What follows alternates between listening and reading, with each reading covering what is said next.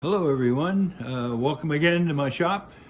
I've got some interesting things working on today, thought I'd share with you guys. I'm still working on a lot of the drawers out of the maple, and here's where I'm kind of on this last batch I'm working on. You can see I've got the tails out here that I'm working on right now, and I got the pins are over here on the other side. But I'm putting the grooves in for the bottom shelf.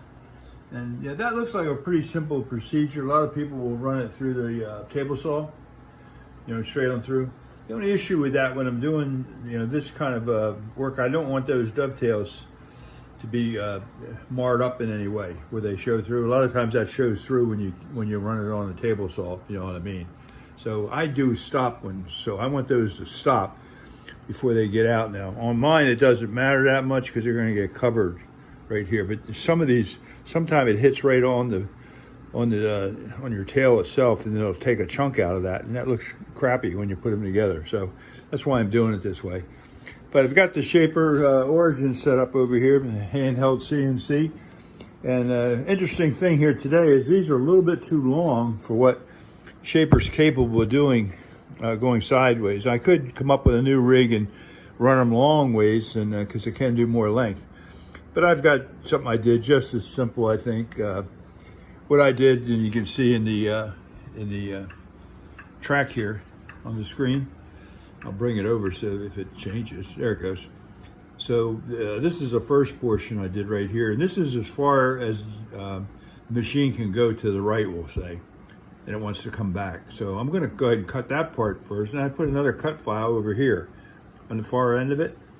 And I can take the Shaper Origin off of the thing in seconds, just pulling the levers up on it, and cut those by hand, because I can cheat a little bit then and turn the camera a little sideways so Shaper can see all those dominoes.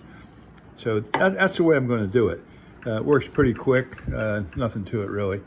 So I got it laid out here and ready to go. I just put that on, I put it on the cut line. It'll find a cut line anyway. I check everything out. It's going down to 0.25. This is an inside cut of that diagram.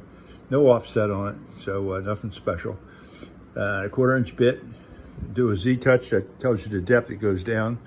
I'll show you how that does it. I don't need to do it, I just did it. But you can see the bit going down as soon as it touches. Okay, it's got the surface now, so it knows how deep now to go 0.25 down on it.